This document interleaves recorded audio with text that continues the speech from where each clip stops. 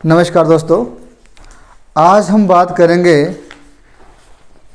पंडित जवाहरलाल नेहरू के ऊपर। पंडित जवाहरलाल नेहरू कहते हैं कि पंडित जवाहरलाल नेहरू को आधुनिक भारत का निर्माता भी कहा जाता है। अगर इनकी बात करें तो पंडित जवाहरलाल नेहरू को एक लेखक, राजनेता, सामाजिक कार्यकर्ता और एक सफल वकील के रूप में इनकी पहचान है भारत में। इसके अलावा जो सबसे महत्वपूर्ण बात है हमारे लिए कि पंडित जवाहरलाल नेहरू जो है हमारे आज़ाद देश के पहले प्रधानमंत्री रहे थे। पंडित जवाहरलाल नेहरू बहुत ही प्रसिद्ध पर्सनैलिटी है हमारे भारत की, जिन्होंने भारत के लिए उस वक्त काम किया जब भारत में स्थिति बहुत खराब थी। पंडित जवाहरलाल नेहरू की अगर मैं बात करूं प्रारंभिक जीवन की, तो पंडित जवाहरलाल नेहरू का जन्म 14 नवंबर 1889 को हुआ था इलाहाबाद में, जिसका वर्तमान नाम प्रयागराज है। इनके पिता श्री मोतीलाल नेहरू थे, जो पेशे से खुद एक नेता थे इंडियन नेशनल कांग्रेस के, और इनके माता का नाम स्वरूप रानी था। पंडित जवाहरलाल नेहरू के जो पत्नी है श्रीमती कमला नेहरू, और इनकी पुत्री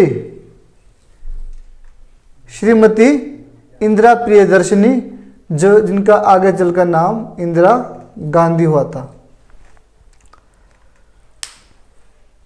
पंडित जवाहरलाल नेहरू एक महान व्यक्तित्व थे, जिन्होंने भारत में राजनीति के रूप में एक अलग इतिहास रचा, और इनके कार्य को आज भी भुलाया नहीं जा सकता, क्योंकि पंडित जवाहरलाल नेहरू जैसे महान व्यक्ति सदियों में ही पैदा होते हैं। पंडित जवाहरलाल नेहरू की अगर मैं बात करूं प्रारंभिक जीवन की, तो जैसे हम सभी जानते हैं कि उस समय दौर क्या था। उस समय भारत जो है वो अंग्रेज़ों के अधीन था, अंग्रेज़ों का राज था भारत में, और अंग्रेज़ जो है अपनी शोषणकारी नीतियों से भारतीयों का दमन कर रहे थे। पूरा देश जो है वो अस्त व्यस्त हो गया था। ऐसे में हमें ज़रूरत थी एक लीडरशिप की, जिसको स्टार्ट किया था महात्मा गांधी ने, और महात्मा गांधी ने पूरे भारत को एक करने की कोशिश की और सभी से निवेदन किया कि सब आकर अपने अधिकारों के लिए लड़े और भारत को अंग्रेज़ों के चंगुल से आज़ाद कराए। तो पंडित जवाहरलाल नेहरू की अगर हम बचपन की बात करें, तो इनकी प्रारंभिक शिक्षा ट्यूटर्स द्वारा घर पर ही हुई। इन्होंने अपनी जो प्राइमरी एजुकेशन है वो घर पर की। इनको पढ़ाने के लिए ट्यूटर्स थे, क्योंकि अच्छे फैमिली से थे, तो शुरुआती जीवन में उतनी ज़्यादा समस्याएं नहीं रही। 1905 में पंडित जवाहरलाल नेहरू ने अंग्रेजी स्कूल का एक नाम है हैरो स्कूल, वहाँ पर दाखिला लिया और अपने आगे की पढ़ाई जारी रखी। उच्च शिक्षा के लिए वो कैम्ब्रिज चले गए, और कैम्ब्रिज में एक ट्रिनिटी कॉलेज है जहाँ पर उन्होंने 3 साल पढ़ाई की, और वहाँ पर 3 साल अध्ययन करने के बाद इन्होंने प्राकृतिक विज्ञान में यानी नेचुरल साइंस में डिग्री हासिल की। उसके बाद पंडित जवाहरलाल नेहरू ने और पढ़ाई करने का मन बनाया और इनर टेम्पल कॉलेज लंदन चले गए, जहां से इन्होंने लॉ यानी उस समय की डेट में बैरिस्ट्री की, और बैरिस्टर बनकर स्वदेश लौटे, भारत लौटे। पंडित जवाहरलाल नेहरू 1912 में भारत आए और तुरंत इन्होंने राजनीति में भाग लिया। पंडित जवाहरलाल नेहरू एक दूरदर्शी व्यक्ति थे, और बहुत बातों में वो कोशिश करते कि वो भी थोड़ा इंटरफेयर करे, जानने की कोशिश करे। तो अपने पिताजी से जब इनकी बात होती थी, तो अपने पिताजी को अक्सर कहा करते थे कि हमें जो है वो अंग्रेज़ों के साथ इतनी नम्रता से बात नहीं करना चाहिए। We should have to take a strict action against them, only then we can get freedom. लेकिन आगे चल के, पहले वो भी थोड़े गर्म मिजाज के व्यक्ति थे, लेकिन धीरे धीरे नेहरू के अंदर नम्रता आ गई और उन्होंने पाया कि ये सॉल्यूशन नहीं है, हमें आज़ादी को अगर लेना है तो हमें सिस्टमेटिक तरीके से इसके लिए आंदोलन करना पड़ेगा और अपने देश के सभी लोगों को एकीकृत करना पड़ेगा। तो नेहरू जी स्वतंत्रता आंदोलन में इनका क्या योगदान रहा, तो ये बात है सन 1912 की, जब पंडित जवाहरलाल नेहरू राजनीति में एंटर हो चुके थे और अपनी ओर से प्रयास कर रहे थे कि देश को कैसे आज़ादी दिलाई जाए। तो सबसे पहले 1912 की घटना है, जब उन्होंने बांकीपुर जो कांग्रेस की जहाँ पर एक मीटिंग हो रही थी उसमें पार्टिसिपेट किया और अपने विचार रखे कि हमारे द्वारा क्या किया जा सकता है, देश को आज़ाद कराने के लिए क्या क्या प्रयास और किए जाने चाहिए और एक किस तरह से एक स्ट्रेटजी तैयार की जा सकती है ताकि भारत को हम आज़ाद करवाएं। 1916 में एनी बेसेंट के द्वारा भारत में होम रूल लीग की स्थापना की गई थी। इसमें शामिल हुए पंडित जवाहरलाल नेहरू और 1920 में उससे पहले उन्होंने गांधी जी से मुलाकात की, गांधी जी से विचार विमर्श किया कि हमें और क्या करना चाहिए ताकि हम भारत को आज़ादी दिलाने में सफल हो जाए। तो गांधी जी के जब उनकी बातचीत हुई गांधी जी से, तो गांधी जी ने सजेस्ट किया था कि हम 1920 में जो है अब अंग्रेज़ों के साथ हम नॉन कॉर्पोरेशन शुरू कर देंगे, असहयोग आंदोलन। असहयोग आंदोलन क्या था? असहयोग आंदोलन का मतलब था कि अंग्रेज़ों के साथ किसी भी तरह का अंग्रेज़ों को अपना सहयोग ना दिया जाए, क्योंकि अंग्रेज़ों के द्वारा जो काम किए जा रहे थे वो भी तो हम लोगों के द्वारा ही किए जा रहे थे। हम उन्हें सपोर्ट कर रहे थे क्योंकि हम उनके सरकार में नौकरी कर रहे थे, तो उनसे हम वस्तुएं खरीद रहे थे। अंग्रेज़ों के लूटपाट का बहुत सिंपल तरीका था। अंग्रेज़ों के देशों में हम जैसे जानते हैं कि ग्रेट ब्रिटेन में 1650-60 के आसपास इंडस्ट्रियलाइजेशन शुरू हो गया था, तो उन्होंने बड़े बड़े उद्योग लगाए थे। उद्योगों का बना हुआ मटेरियल आमतौर पर सस्ता पड़ता है, तो अंग्रेज़ भारत से रॉ मटेरियल को ले जाकर इंग्लैंड में उसे माल तैयार करते थे और वही माल भारतीयों को बेचते थे, जिससे भारत के जो करेंसी है वो बाहर जा रही थी। कहते हैं कि उस समय भारत को सोने की चिड़िया कहा जाता था, लेकिन सारा धन तो लूट के वो इंग्लैंड से ले गए थे। तो गांधी जी ने शुरू किया असहयोग आंदोलन, यानी अंग्रेज़ों का सहयोग करना छोड़ दो। यानी अगर हम क्या कर असहयोग में उन्होंने क्या क्या शामिल किया था कि विदेशी वस्तुओं का त्याग करो, अब स्वदेशी पहनो, स्वदेशी खाओ, स्वदेशी वस्तुओं का इस्तेमाल करो, अंग्रेज़ों हुकूमत के अंतर्गत नौकरी ना करे, अपना काम अपना पेशा खुद करे। इस वजह से अंग्रेज़ों का जो स्थिति है वो खराब हो जाएगी फाइनेंशियली और वो चले जाएंगे। कहते हैं ना कि धर्मम मूलम अर्थम, अर्थम मूलम कामम, कि जो देश फाइनेंशियली स्ट्रांग होता है वो धार्मिक रूप से भी और अन्य राजनीतिक रूप से भी मजबूत हो जाता है। तो इसलिए गांधी जी ने शुरू किया था नॉन कॉर्पोरेशन मूवमेंट, और इसमें गांधी जी ने बहुत अच्छा सहयोग किया था अपनी पूरी टीम के साथ कोऑर्डिनेशन बना के, और कोशिश की थी भी हम अंग्रेज़ों को करारा जवाब दें। 1923 में अखिल कांग्रेस कमेटी के महासचिव चुने गए थे पंडित जवाहरलाल नेहरू। अखिल कांग्रेस के महासचिव, तो अब इन्हें बड़ा पद मिल गया था, अब ये केंद्र में आ गए थे राजनीति के। और जब केंद्र में आ गए थे नेहरू जी, तो बहुत सारे लोग अब इनको जानने लगे थे, पहचानने लगे थे, इनकी अपनी एक आइडेंटिटी बन गई थी। 1929 में भारत में एक आंदोलन हुआ था साइमन कमीशन के खिलाफ, 1928 में सॉरी, जिसके विरोध में अंग्रेजों ने लाठीचार्ज किया था और गांधी जी को भी लाठियां सहनी पड़ी थी अंग्रेजों की, सॉरी नेहरू जी को भी, और नेहरू पर भी लाठीचार्ज हुआ था।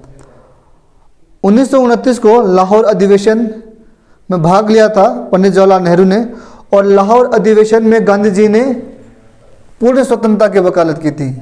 उस समय दो विचार चल रहे थे, एक था कांग्रेस में नरम दल और एक था कांग्रेस में गरम दल। तो नरम दल मांग कर रहा था डोमिनेंट स्टेट की, डोमिनेंट स्टेट की, और गरम दल वाले मांग कर रहे थे पूर्ण स्वराज की, कि भाई डोमिनेंट स्टेट नहीं चाहिए, हमें पूर्ण स्वराज चाहिए, पूरी तरह आज़ादी चाहिए।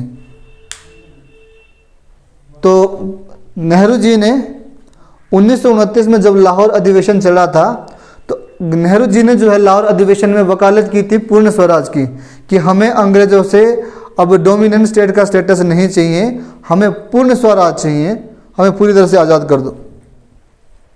1929 और 31 के दौर में नेहरू जी को एक कार्य दिया गया था जिसमें उन्होंने मौलिक अधिकार और आर्थिक नीति का मसौदा तैयार किया था। हुआ क्यों था, एक्चुअली में उस समय अमेरिका में 1929 के आसपास की बात है, वर्ल्ड वाइड डिप्रेशन, विश्वव्यापी महामंदी चल रही थी। तो हमें भी कोशिश करनी थी भाई इससे बाहर कैसे आया जा सकता है। तो आर्थिक नीति तैयार की थी नेहरू जी ने भी, उसका मसौदा तैयार किया था। 1930 में नमक सत्याग्रह चल पड़ा था भारत में, तो नेहरू जी 1930 में नमक सत्याग्रह में भी एक्टिवली पार्टिसिपेट किया इन्होंने और अपना पूरा योगदान दिया।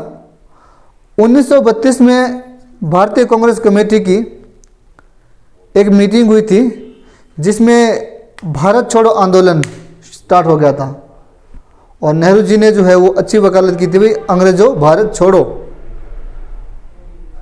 15 अगस्त 1947 को भारत आज़ाद हो गया था और उस समय घटना हुई थी अंतरिम सरकार की, और अंतरिम सरकार में नेहरू जी की अध्यक्षता में बनी थी अंतरिम सरकार।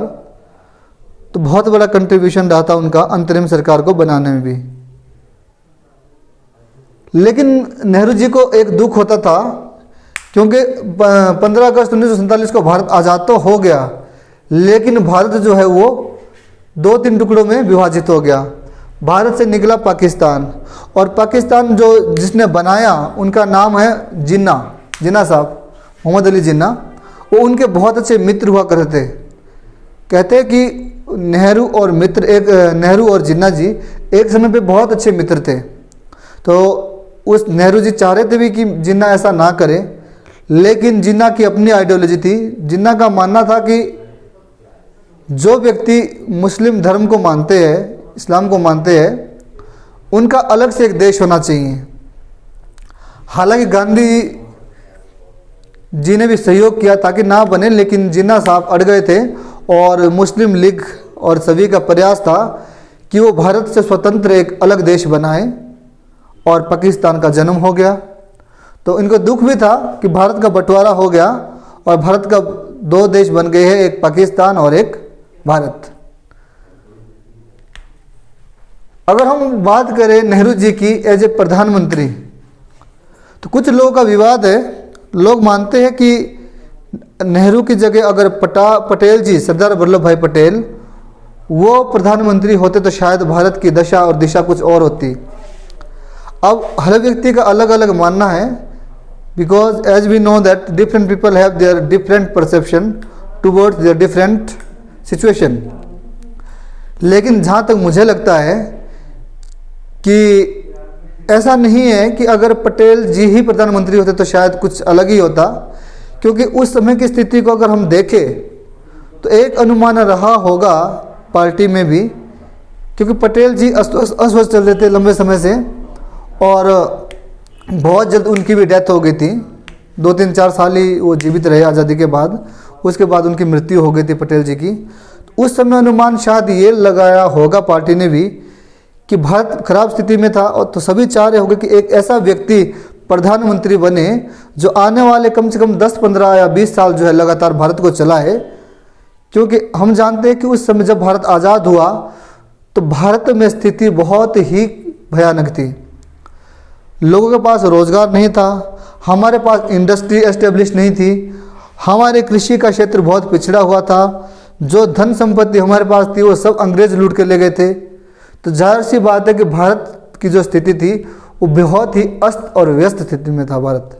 तो हमें उस समय चाहिए था एक ऐसा लीडर जो लंबे समय के लिए शासन चलाए और देश को एक ढांचे में व्यवस्थित कर दे।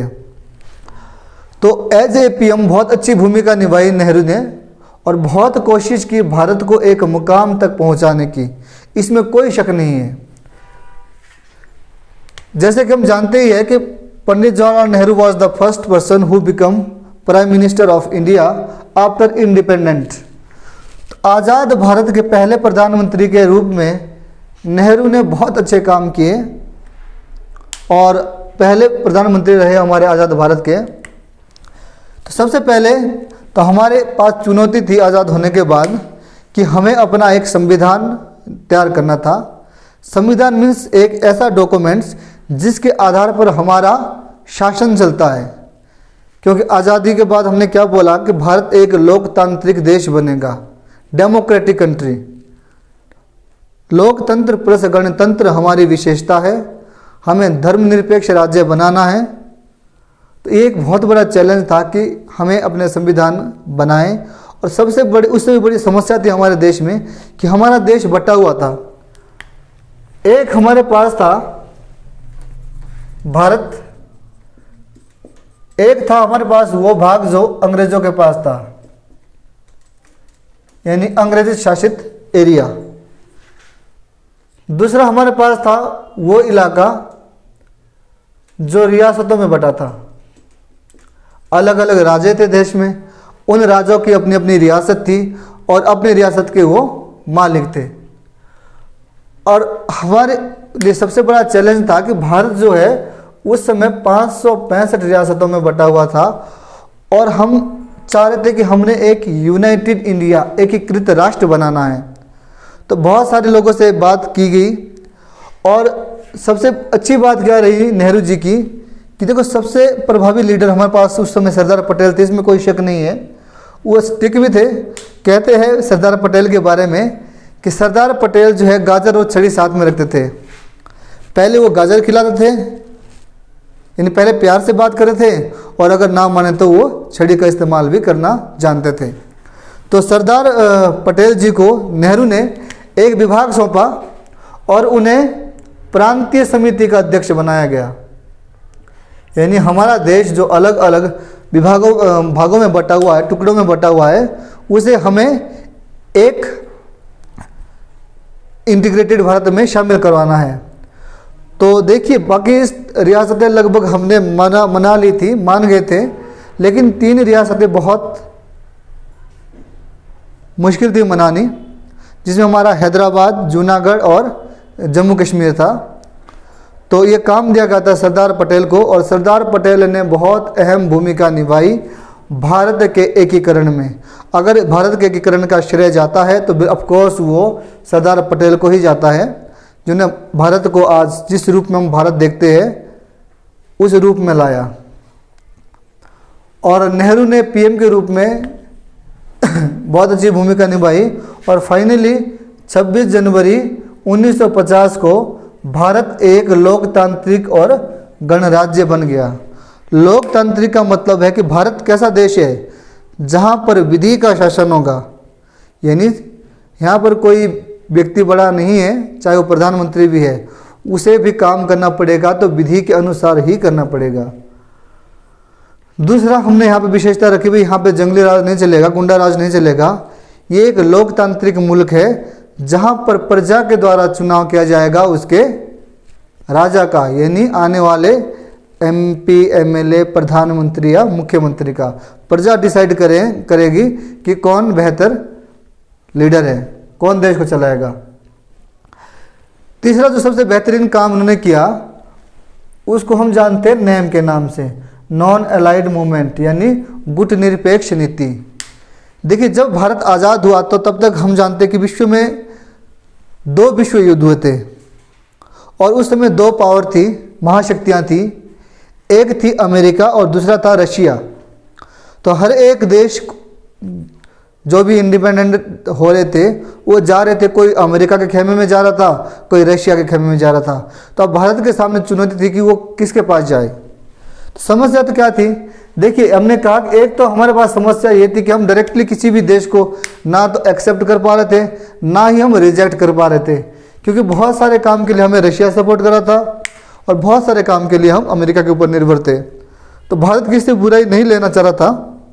तो भारत ने अपना एक अलग स्टैंड लिया जिसको हम नेम बोलते हैं, यानी गुट निरपेक्ष नीति। ना तो हम अमेरिका के गुट में जाएंगे, ना ही हम रशिया के गुट में जाएंगे। भारत एक इंडिपेंडेंट नेशन है, ये किसी गुट में जाने से अपने आप को अलग रखने की कोशिश करता है। तो भारत के लिए अकेले तो मुश्किल था, तो नेहरू जी ने साउथ अफ्रीका में कुछ देशों से बात की और अपने साथ इन्होंने 4-5 देशों का एक ग्रुप बना लिया और भारत ने तीसरी दुनिया बना ली। अब एक दुनिया थी भाई अमेरिका की और एक थी रशिया की। तो लोगों के पास उस समय दो ऑप्शन थे, या तो यहाँ जाइए या यहाँ जाइए। भारत ने यहाँ स्टैंड लिया और बना दी नैम, नॉन अलाइड मूवमेंट, गुट निरपेक्ष नीति। तो गुट निरपेक्ष नीति इनकी ऐसी रही, ऐसी चली कि ये भारत ही नहीं अपितु पूरे विश्व में विख्यात हो गई। तो उसके बाद भारत, हम जानते हैं कि नेहरू जी ने नैम गुट निरपेक्ष नीति अपनाई और अपने आप को स्वतंत्र रखा। और उसके बाद उन्होंने बहुत सारे काम किए भारत के पक्ष में, और भारत को डेवलप कराने के लिए अथक प्रयास किए। कोशिश की इन्होंने कि भारत में सिंचाई सुविधा पहुंच जाए, उसके लिए प्रोजेक्ट चलाए भारत में बहुत सारे। भारत में कृषि की फसलों में सुधार करने के लिए नई नई योजना चलाई, बैंक एस्टेब्लिश करने की कोशिश की, और जितने तरह के प्रयत्न हो सकते थे उन्होंने अपनी ओर से कोशिश की, और भारत को जो है वो बुरी स्थिति से निकाल करके एक सही स्थिति में लाने का भरपूर प्रयास किया। आघात उन्हें सबसे ज़्यादा कब लगता है? 1962, जब भारत और चीन का युद्ध हुआ। क्योंकि नेहरू एक उदारवादी नेता थे, हमेशा ही से उनकी जो अप्रोच थी वो लिबरल थी, आधुनिक सोच वाले व्यक्ति थे और लिबरल रहते थे सभी के प्रति। तो उस समय नारा चल रहा था भारत में, हिंदू चीनी भाई भाई, और चाइना ने इसी का फ़ायदा उठा लिया। हमें अंदाज़ा नहीं था कि चाइना ऐसा भी कर सकता है, और 1962 में जो है चाइना ने युद्ध छेड़ दिया। और भारत आज़ाद हुआ ही था, तो भारत के पास उस समय रिसोर्सेज बहुत ज़्यादा नहीं थे। यहाँ तक ऐसा कहा जाता है कि भारत की मिलिट्री में उनके पास ना तो पर्याप्त हथियार थे और ना ही पर्याप्त अन्य संसाधन जो युद्ध के लिए ज़रूरी चाहिए होते हैं। तो रीज़न क्या रहा कि हम वो युद्ध हार गए, और उसके बाद नेहरू जी कहते हैं कि अंदर ही अंदर वो बहुत टूट गए थे, बहुत दुख हुआ था उन्हें, क्योंकि उन्होंने अप्रोच रखी थी उदारवादी, भाई बंधुओं की तरह समझते थे उनको, और उन्होंने जो है वो पीठ में छुरा घोंप दिया नेहरू के, और भारत जो है युद्ध में हार गया। और उसके बाद नेहरू की जो लोग इमेज है वो ख़राब करने पे तुल गए। हालांकि इसमें नेहरू की गलती नहीं है, पर लोग मानते हैं कि नेहरू की वजह से ऐसा हुआ।